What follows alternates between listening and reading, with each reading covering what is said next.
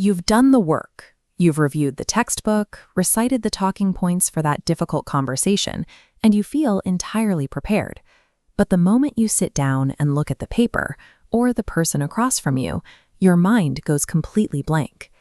We experience this sudden amnesia because of a disconnect between recognition and retrieval. We often mistake the feeling that something is familiar for the actual ability to summon that information on command. This is a sketch of a blank exam, complete with an anxious thought bubble, showing exactly what unprompted retrieval looks like. When you review a textbook, the words on the page serve as a prompt. Your brain recognizes them, and you feel you know the material. But facing an empty page removes those prompts entirely, forcing your brain to retrieve the data from scratch. Look at this comparison showing an empty recall activity on the left and a highly prompted recognition activity on the right. Multiple choice tests allow you to rely on that easier recognition pathway. You don't have to generate the answer, you just have to spot it. This prompted environment builds a dangerous illusion of competence. The biological reason we fall into this trap comes down to working memory. Think of working memory as a narrow gatekeeper with an extremely limited capacity. It can only hold a few discrete items, like a phone number, for a few seconds. If you try to shove too much data through at once, the system quickly overflows. Cramming information into this temporary bottleneck allows you to regurgitate facts for a moment, which feels like learning. However, these data points often evaporate before they can cross the gap into secure, permanent storage. Traditional studying fails because it ignores the specific physical and emotional conditions the brain actually requires to encode data for the long haul. Long-term memory functions as a vast, interconnected web of associations. Imagine a massive mental closet with thousands of distinct shelves where every piece of information is stored. For a new fact to survive, it must be linked to multiple existing shelves.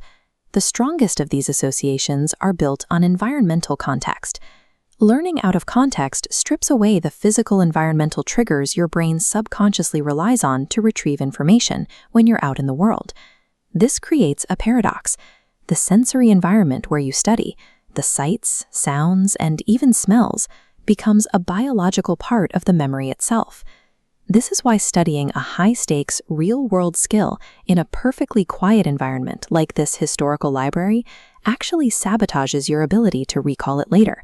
Physical location is only half the puzzle. The hardest learning hurdle is emotional context, which becomes incredibly clear in high-stakes situations like a medical emergency. Here we see a virtual CPR training module. Attempting to learn a physical intervention through a calm, sterile computer interface like this fails to map to the reality of a crisis. An actual emergency triggers a fight or flight response. This surge of adrenaline completely overrides the calm emotional state in which the safety steps were originally encoded. A biological mismatch occurs. You are trying to access explicit memory, the part of the brain used to calmly state facts, when the chaotic situation demands automatic, procedural memory. Explicit knowledge remains functionally useless if the emotional context of the real-world retrieval completely short-circuits the context in which it was learned. True mastery requires your practice and encoding methods to closely mirror the physical and emotional conditions of eventual use.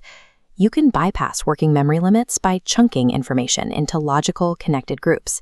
By condensing random data into distinct, digestible blocks, you help the brain manage the load. To build long-term, explicit memory, rely on narrative and storytelling. The brain utilizes pre-built architectural frameworks for stories, including logical sequencing and character expectations, which makes narrative information naturally sticky. For procedural and emotional memory, you need in-context simulation. This vintage mechanical flight simulator forced pilots to engage with the physical structure of the task, encoding the memory through action. Even in a classroom, steering these vintage driving simulator modules under time pressure locks in the necessary retrieval triggers.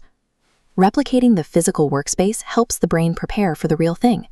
You achieve real learning by strategically building a web of contextual triggers. By aligning your preparation with the actual environment of use, you ensure that the world itself prompts you to succeed.